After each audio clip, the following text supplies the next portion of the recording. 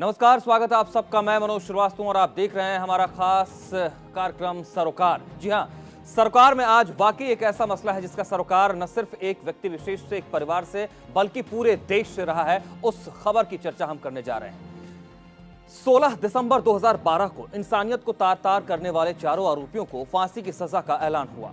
इंसाफ की जीत हो गई। दर्द और टीस के उस दौर से गुजरने के बाद जहां जिंदगी खुद मौत बन जाए, उस काली रात के बाद जहां चार हैवान एक लड़की को अपनी दरिंदगी का शिकार बनाते रहे, उस रात के बाद यह इंसाफ की पहली सुबह है। जी हां, उन 6 में से एक की मौत हो चुकी है, एक को जुवेनाइल के तहत सजा मिली, लेकिन 4 को साकेत कोर्ट ने मौत मुकर्रर की है। जाहिर है मौका सिर्फ खुशी का नहीं, बल्कि उन सवालों के जवाब तलाशने का भी है जो आज भी धुंध में है, अपना वजूद तलाश रहे हैं वो सवाल।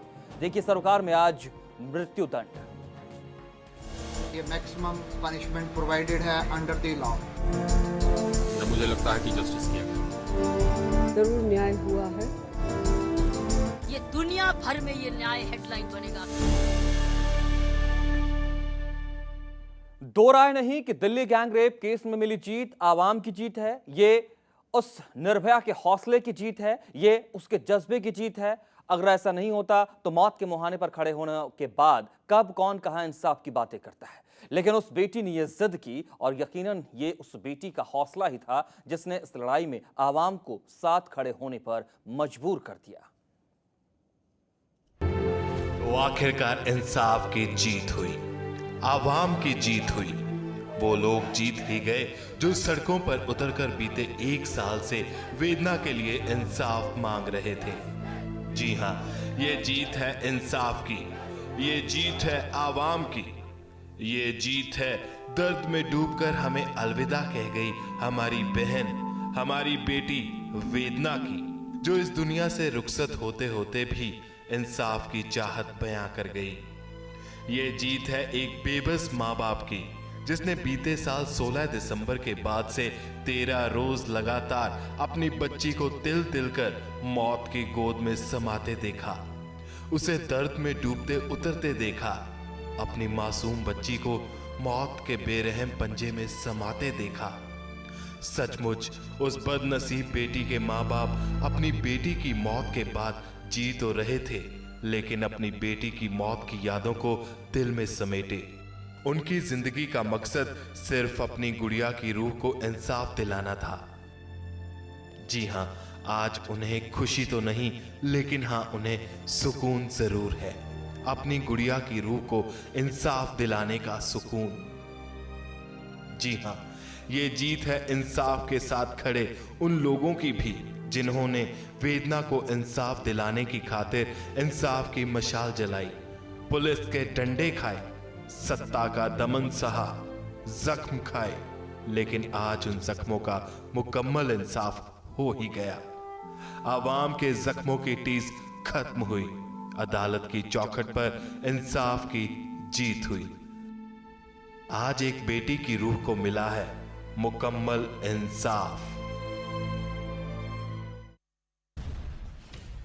तो जिस तरह के फैसले की, जिस इंसाफ की उम्मीद ये देश कर रहा था निर्भया के मामले में, उसी तरीके का फैसला कोर्ट की तरफ से आया। और जब ये फैसला आया तो खुशी का भी माहौल नजर आया और संतोष का भी माहौल नजर आया, और उस माँ बाप को कुछ हद तक सुकून ये जरूर मिला कि कम से कम हमारी बेटी ने एक अपने जरिए, अपने जिद के जरिए, अपने उस घटना को लेकर वो दुखी जरूर होते हैं, लेकिन उसकी जिद के बाद जो एक बड़ा संदेश इस समाज को जाना चाहिए, वो संदेश वो जरूर दे गई है। और वो चाहेंगे कि वो संदेश हमेशा असरदार रूप में नजर आए, लेकिन क्या उसका असर नजर आएगा, ये भी इस वक्त एक बड़ी चुनौती बनी हुई है। डिबेट में आगे बढ़ते हैं। हमारे साथ 3 लोग इस वक्त जुड़ रहे हैं, 2 खास मेहमान हमारे साथ हैं, हमारे संवाददाता भी हमारे साथ जुड़ेंगे। हमारे साथ सुनीता गोदारा जी जुड़ रही हैं, सामाजिक कार्यकर्ता हैं आप। सुनीता जी, बहुत स्वागत है आपका। हमारे साथ सुप्रीम कोर्ट के सीनियर एडवोकेट प्रवीण अग्रवाल जी जुड़ रहे हैं। प्रवीण जी, बहुत स्वागत है आपका। और हमारे साथ हमारे संवाददाता वासु मनचंदा भी जुड़ रहे हैं। वासु लगातार इस केस को फॉलो कर रहे हैं, कवर कर रहे हैं। सबसे पहले वासु, आपके पास आज के फैसले को लेकर किन किन पहलुओं पर गौर किया गया, किन बातों पर आज बहस आगे बढ़ी और फैसला उस रूप में सामने आया जैसी उम्मीद देश कर रहा था? जी बिल्कुल मनोज, फैसला उसी हिसाब से आया जैसा कि लोग सोच रहे थे, जैसा कि लोग ये चाह रहे थे कि फांसी से कम कुछ नहीं उनको मंजूर, और फांसी ही मिली। कमरा नंबर 304 में जब जज ने अपनी कार्यवाही शुरू की तो जज साहब ने सीधा ही यह कहा कि वो 302 पर ही बात करेंगे, धारा 302 पर ही बात की जाएगी, इसके अलावा उन्होंने कोई बात नहीं की। और जैसे ही वो अपना फैसला सुनाते हुए उन्होंने कहा कि इनको जीने का कोई हक नहीं है और फांसी की सज़ा से कम इनको कुछ नहीं दिया जा सकता। तो जैसे ही उन्होंने अपना ये फैसला सुनाया, वहाँ पे मौजूद सारे लोगों में एक खुशी का माहौल देखा जा रहा था, सिवाय जो बचाव पक्ष के वकील थे या जो दोषी थे उनके चेहरे पर जो खुशी वो तो जाहिर तौर पर नहीं आ सकती थी। बाकी लोगों के जो चेहरे थे वो खुशी से खिल उठे थे। जी, क्या ये माना जाए सुनीता जी कि मुकम्मल इंसाफ हुआ है और जिस इंसाफ की जरूरत थी इस देश को, इस मोड़ पर, इस मुहाने पर, वही इंसाफ हुआ है? देखिए, इंसाफ की शुरुआत तो हुई है, लेकिन मुकम्मल तो तब होगा जब इनको वाकई में फांसी दी जाएगी, यानी कि एग्जीक्यूशन भी टाइमली हो जाएगा, क्योंकि बहुत टाइम लगता है। वो अपील डिफेंस लॉयर अपील करेंगे और 3 महीने लगेंगे, 4 महीने लगेंगे, कुछ कह नहीं सकते हैं। तो जितना फास्ट ट्रैक अब ये इसको एग्जीक्यूशन में डाला जाए, तभी ये कहा जाएगा कि वाकई में इंसाफ हुआ है। अभी उसकी शुरुआत हुई है, स्टेपिंग स्टोन है। प्रवीण जी, किन बातों का खास ख्याल रखा होगा कोर्ट ने जब कोर्ट ने ये फैसला दिया है? देखिए, 237 पन्नों का ये जजमेंट है जो कि मैंने पढ़ा है, और कोर्ट ने इसमें करीब करीब 100 विटनेसेस को जो है एग्जामिन किया है। इसमें एक सबसे महत्वपूर्ण विटनेस जो है वो डिसीज्ड के साथ जो अकॉम्पनिंग मेल मेंबर था, वो था।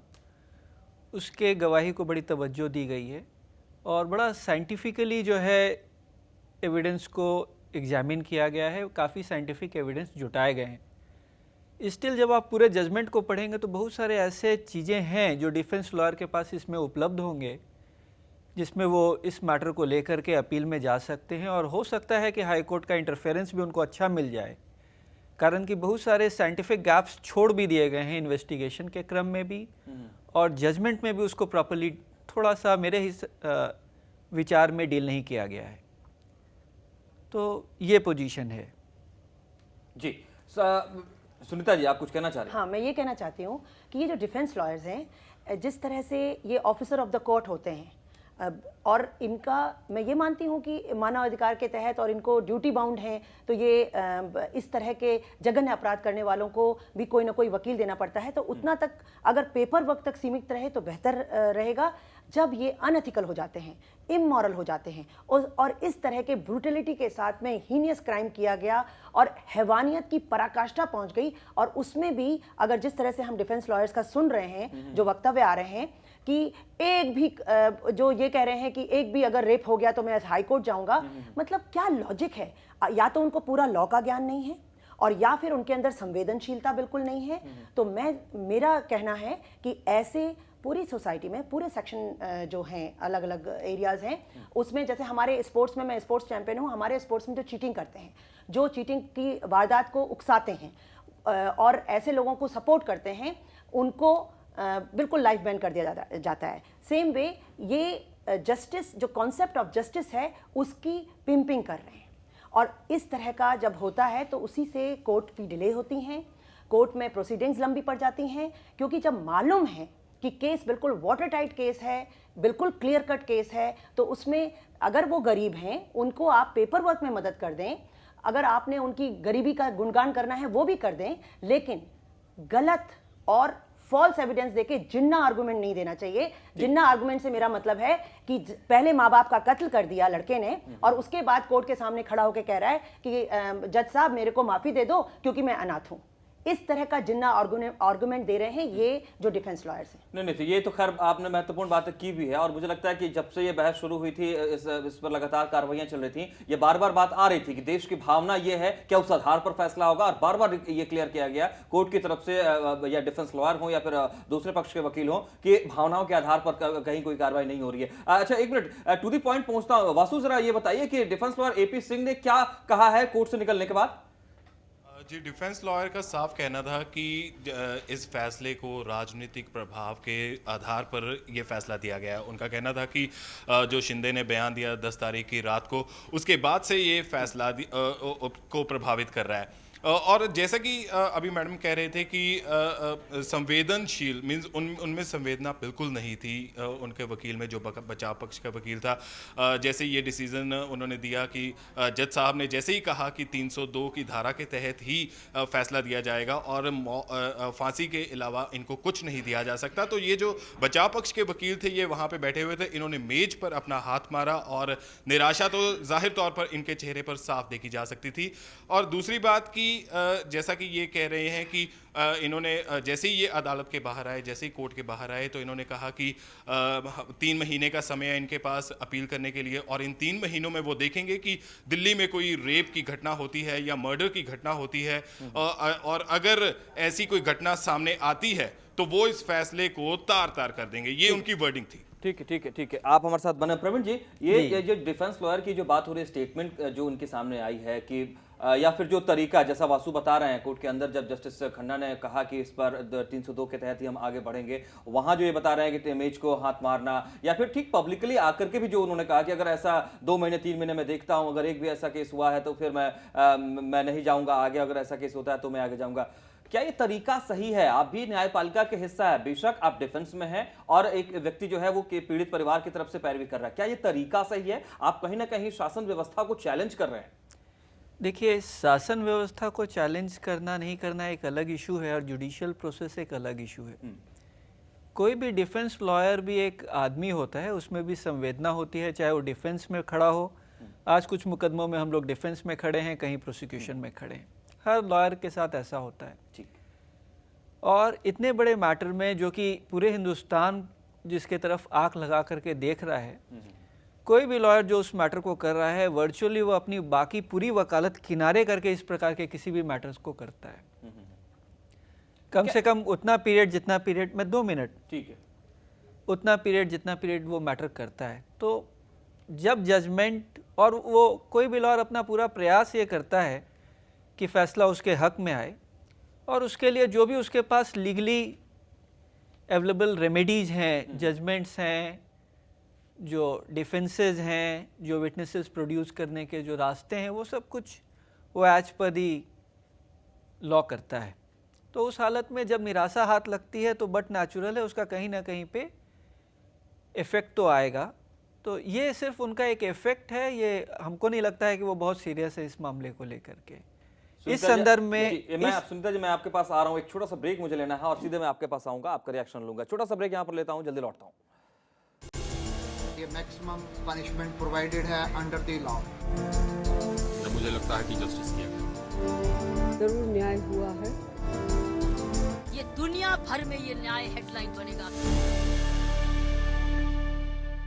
तो क्या वाकई ये एक नजीर है, और नजीर है तो इसका असर कितना होगा ये भी देखना जरूरी है। लेकिन दुष्कर्म के इस खौफनाक वारदात के बाद से लेकर अब तक कौन कौन सी वो तारीखें अहम रही हैं, कब कब इस मामले में क्या क्या हुआ है, ये एक बार दोहराते चलें।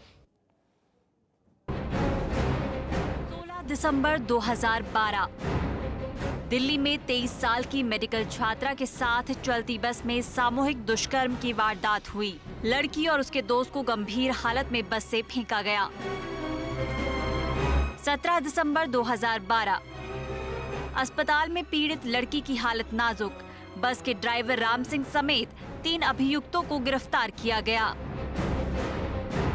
18 दिसंबर 2012 घटना को लेकर दिल्ली में लोग सड़कों पर उतरे। दुष्कर्म के खिलाफ सख्त कानून बनाने की मांग को लेकर पूरे देश में प्रदर्शन हुए। संसद में भी गूंजा मामला। 22 दिसंबर 2012 मामले में 3 और आरोपियों को गिरफ्तार किया गया। इनमें से एक आरोपी नाबालिग था। 26 दिसंबर 2012 पीड़ित लड़की की हालत बिगड़ने के बाद उसे इलाज के लिए सिंगापुर ले जाया गया। 29 दिसंबर 2012 सिंगापुर के अस्पताल में पीड़ित लड़की की मौत हो गई। 3 जनवरी 2013 पुलिस ने मामले में चार्जशीट दाखिल की। आरोपियों पर अपहरण, सामूहिक दुष्कर्म और हत्या का आरोप लगाया। 21 जनवरी 2013 दिल्ली की विशेष फास्ट ट्रैक कोर्ट में मामले की सुनवाई शुरू हुई। पुलिस ने मामले में 80 लोगों को गवाह बनाया। 28 फरवरी 2013 मामले के नाबालिग आरोपी पर जुवेनाइल जस्टिस बोर्ड में मुकदमा शुरू हुआ। 11 मार्च 2013 तिहाड़ जेल में बंद मामले के अहम आरोपी बस ड्राइवर ने जेल में फांसी लगाकर आत्महत्या की। 5 जुलाई 2013 नाबालिग आरोपी पर मुकदमे की सुनवाई पूरी हुई, फैसला सुरक्षित रखा गया। 31 अगस्त 2013 नाबालिग आरोपी को जुवेनाइल जस्टिस बोर्ड ने 3 साल की सजा सुनाई। 3 सितंबर 2013 मामले के 4 आरोपियों विनय शर्मा, पवन गुप्ता, अक्षय ठाकुर, मुकेश के खिलाफ मुकदमे की सुनवाई पूरी, कोर्ट ने फैसला सुरक्षित रखा। 10 सितंबर 2013 दिल्ली की विशेष फास्ट ट्रैक कोर्ट ने चारों आरोपियों को दोषी करार दिया और 13 सितंबर 2013 फांसी मुकर्रर हुई कोर्ट की तरफ से फैसले के तौर पर। सुनीता जी मेरे साथ बनी हुई है लगातार और प्रवीण अग्रवाल जी भी हैं, वासु मनचंदा मेरे संवाददाता भी हैं। सुनीता जी आप कुछ कह रहे थे डिफेंस लॉयर के स्टेटमेंट को लेकर। मैं ये कहना चाह रही हूँ कि अगर डिफेंस लॉयर वो सिर्फ उस गरीब हैं, उनका पेपर वर्क करते तो शायद यहाँ तक तो ठीक था, आप ड्यूटी निभा रहे हैं अपनी। लेकिन जब कोर्ट को मिसगाइड करते हैं या फॉल्स आर्गुमेंट्स देते हैं, या जिस तरह से AP सिंह या आनंद, इन दोनों को देखा है हमने, जिस तरह के ये स्टेटमेंट दे रहे हैं पब्लिकली, ये पब्लिक को भी मिसगाइड कर रहे हैं। तो ऐसे जो लॉयर्स हैं जो मिसगाइड करने में लगे हुए हैं, वो जस्टिस नहीं कर रहे हैं, वो ऑफिसर ऑफ द कोर्ट नहीं है, वो जिन्ना आर्गुमेंट देके कब तक ऐसा करते रहेंगे। जो केस क्लियर कट है उसमें तो जो सजा मिलनी है वो मिलेगी। मैं 1 मिनट को जी प्रवीण जी। देखिए, मैंने ये पूरा 237 पेज का जजमेंट पढ़ा है सुनीता जी। जो ग्राउंड्स और जो आर्ग्यूमेंट्स जो उन्होंने लिया है डिफेंस लॉयर्स ने, मैं ये नहीं बोल रहा हूँ कि जजमेंट गलत है या सही है, मैं ये नहीं बोल रहा हूँ कि उनका कंडक्ट कोर्ट में था, मैं कंडक्ट नहीं देखा कोर्ट में, मैंने तो सिर्फ जजमेंट पढ़ा है। जजमेंट के नहीं है, पहले तो ये बता दीजिए। हाँ, आप इन चारों के में से किसी नहीं, मेरा इस पूरे मुकदमे से कोई संबंध नहीं। बस फिर ठीक है, बोलिए। मैंने तो सिर्फ आज बैठ करके 237 पेज का जजमेंट पढ़ा है। हाँ। और ये 237 पेज का जब मैंने जजमेंट पढ़ा तो जो उन्होंने ग्राउंड्स लिए थे अपने प्रोटेक्शन में, वो कहीं पे भी लीगली अनसस्टेनेबल नहीं थे। या तो उन्होंने कुछ ऐसे ग्राउंड्स लिए हैं जिसका जजमेंट में जिक्र नहीं है, अगर आप कोर्ट में गई हो और सुनी हो तो मेरी जानकारी में नहीं है। एज पर दी जजमेंट जो उन्होंने ग्राउंड लिए थे वो समूचे के समूचे लीगली सस्टेनेबल ग्राउंड्स थे जो उनको लेने का अधिकार था। क्या डिफेंस लॉयर ने? जी, डिफेंस लॉयर ने जितने भी ग्राउंड्स लिए हैं उन्होंने अपने लेवल पर तैयारी की। करेक्ट। देखिए, जो हम ओपनली देख रहे हैं टीवी के थ्रू, जितना AP सिंह या आनंद कह रहे हैं या विवेक, मैं ऐसे लॉयर्स की थोड़ी भी इज्जत नहीं कर सकती, क्योंकि मेरे हिसाब से ये उस प्रोफेशन में पिंप का काम करते हैं, क्योंकि इन्होंने मिसगाइड किया है, इन्होंने उस बर्बरता को नहीं समझा, इनमें वो संवेदनशीलता नहीं है। मैं एक सामाजिक इंसान होने के नाते कह रही हूँ, इनके अंदर वो सामाजिकता नहीं है। पता नहीं कैसे इनके परिवार में भी बहू हैं, बेटियां हैं, बीवी हैं, और इन्होंने जिस तरह के आर्गुमेंट दे रहे हैं ये, उसमें मुझे नहीं लगता कि इनके अंदर कोई भी संवेदनशीलता है। और जो व्यक्ति चोरी करने वाले को, इस तरह का पाशविक प्रवृत्ति करने वाले को बचाने की कोशिश करता है। नहीं, सुनीता जी, देखिए, उस हालत में तो पूरा जुडिशियल सिस्टम को स्क्रैप कर देना चाहिए। भावनाएं हैं जो सपोर्ट कर रही हैं, लेकिन हमारा कानून, हमारा संविधान इजाजत इस बात की भी तो देता है कि कानून ने तो अपना फैसला सुना दिया। देखिए, मेरी बात, पूरा सिस्टम बना हुआ है सही और गलत को जांचने का। लॉयर हैं, मेरा लॉयर बैकग्राउंड नहीं हो सकता है। इतना मैं भी समझती हूँ कि लॉ ने जो फैसला सुनाया है उसमें जो डिफेंस लॉयर हैं उनको पूरा अधिकार है कि वो हाई कोर्ट में जाएंगे। Have you read the judgment? देखिए, मुझे जजमेंट पढ़ने के लिए मुझे कोई उनके साथ में कोई लॉ का करेक्ट तो आपने जजमेंट पढ़ा नहीं ना। लेकिन हमारे हर क्षेत्र में ऐसे लोग हैं जो अपने प्रोफेशन में या तो चीप पब्लिसिटी के लिए या फिर बस उनको कुछ मतलब नहीं है संवेदनशीलता से। अरे समाज में आपने क्या मैसेज दिया? सोशली बायकॉट होना चाहिए ऐसे लॉयर्स का, सोशली बायकॉट। एक मिनट में कुछ इसमें जस्ट ऐड ऑन करूंगा जल्दी से। भाई पेपर वर्क के लिए मैं मना नहीं कर रही ठीक हूँ, है, वो ठीक तो है, मैं ठीक है। डीएलएसए के साथ नहीं, काम नहीं, करती हूँ, मैं- मुझे भी संवैधानिक तौर पता पर है वो हक प्राप्त है मैं- किसी भी लीगल इंसान को, वो एड दोषी का है या अधिकार नहीं है, हर और को- वो मिल रहा है उसको। वो मुझे लीगल लगता एड है का देखिए, अधिकार बात- मैं आपके- डीएलएसए के साथ काम करती हूँ, मुझे पता है। ठीक है, ठीक है। आपके एक मिनट सुन तो लें हिसाब हम। से वो हाँ। दोषी हो सकता है, लेकिन वो दोषी है या नहीं उसका एक पूरा जुडिशियल सिस्टम बना हुआ है जहां पे एडजुडिकेशन होना है। उस एडजुडिकेशन में डिफेंस लॉयर ने जो भी डिफेंसेस लिए हैं, जो मैंने जजमेंट में पढ़ा है, वो लीगली सस्टेनेबल डिफेंस थे। बाहर आके वो क्या स्टेटमेंट देते हैं मीडिया में, मैंने कोई स्टेटमेंट नहीं सुना, मेरी कोई उनसे पर्सनल बातचीत नहीं है। तो बस ठीक ठीक है, है ना, संभव आप है, लीगल स्थिति में अलग आइए, अलग हम है। बाहर का जजमेंट देख रहे कोर्ट हैं। के अंदर जो आपने जजमेंट्स उस- हुए हैं, हाँ। हम तो उतना ही पे नहीं, नहीं, कंसर्न बिल्कुल, करेंगे बिल्कुल। ना। अगर कोई हम अपने उतना ही अपने करेंगे, हम पैरवी बाहर पैरवी देखेंगे। कर रहा है तो वो चाहेगा कि मजबूत पक्ष रखें, और वो बात प्रवीण जी कर रहे हैं, लेकिन जो फैसला आया है उसके हिसाब से बातें आगे बढ़ रही हैं। प्रवीण जी आप हैं हमारे साथ। वासु, एक बार आपके पास आना चाहूंगा। देखिए, काफी डिबेट बढ़ गया इस बात पर, पब्लिक के बीच जो डिफेंस लॉयर का जो रिएक्शन रहा, स्टेटमेंट रहा, पब्लिक के बीच क्या रिएक्शन आपने देखा है? क्या किस तरह का माहौल वहां पर कि जी, बिल्कुल अगर ऐसा मनोज, नहीं हुआ मैं- 2 महीने 3 महीने में तो नहीं केस फाइल आगे नहीं बढ़ूंगा लेकर के इसको? जी मनोज, बिल्कुल। मैं जो एडवोकेट साहब बैठे हैं आपके साथ, मैं उनसे एक सवाल पूछना चाहता हूं कि जैसे जो डिफेंस लॉयर थे, जो बचाव पक्ष के वकील थे, उन्होंने एक दलील दी कि जी ये इनमें से एक दोषी ये गरीब है और उसकी अभी अभी शादी हुई है। तो मैं ये पूछना चाहता हूं कि अगर कोई गरीब है या जिसकी नई नई शादी हुई है, तो वो किसी का मर्डर कर सकता है या किसी का रेप कर सकता है, और इस ग्राउंड पे क्या उसको रिहा किया जा सकता है? नहीं, प्रश्न रिहाई का नहीं आप है। एक point एक बता मिनट दीजिए, मेरे कौन सा से sustainable था? एक मिनट प्लीज। प्रश्न रिहाई का नहीं है। एक डॉक्ट्रिन होता है लॉ में जिसको बोलते हैं डॉक्ट्रिन ऑफ प्रोपोर्शनैलिटी। किसी भी सजा के लिए कानून में प्रावधान दिया हुआ है कि भाई 7 साल की सजा हो सकती। तो इसका मतलब क्या है कि हर जो वो आदमी अपराध करे उसको 7 ही साल की सजा होगी? नहीं, वो जज के ऊपर डिपेंड करेगा कि वो सजा की ग्रेविटी को देखते हुए और बाकी सर्कमस्टांसेस को देखते हुए कितनी सजा देगा। लेकिन मेरा सवाल ये है मैं, कि मैं क्या आ रहा हूं, एक मिनट मुझे समय दें। तो ये जो सर्कमस्टांसेस हैं स्पेशली किसी भी एक्यूज्ड के साथ, वो उसकी सजा के डिटर्मिनेशन में सहायक होते हैं कोर्ट के लिए। इस वजह से उन्होंने इन ऑल प्रोबेबिलिटी ये सब चीज़ें प्लीड की होगी। रिहाई तो हो ही नहीं सकती थी। एक बार अगर आप कन्विक्ट हो गए तो रिहाई का प्रश्न नहीं है। और मुझे सजा लगता है आपको प्रवीण होनी जी- है, क्वांटम क्या होगी उसके लिए वो जो अभी जो आज जो डेट पड़ी हुई थी उस क्वांटम के डिटर्मिनेशन के लिए पड़ी हुई थी। नहीं, मेरा सवाल ये वही है कि क्या ऐसे मामले में अगर किसी लड़की के साथ ब्रूटैलिटी दिखाई गई है, उसका मर्डर किया गया है, रेप करके उसका मर्डर किया गया है, तो क्या ऐसे जो एविडेंस देने हैं, जो ऐसी ग्राउंड बनाई जा रही है कि वो गरीब था या उसकी नई शादी हुई थी, ये सही है क्या? देखिए, ये जो एविडेंसेस जो हैं ये उसको छुड़ाने के लिए नहीं है।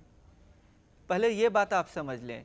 तो जो उनका, एक मिनट मैडम, जो उनका कन्विक्शन था वो 10 तारीख को ऑलरेडी हो चुका है।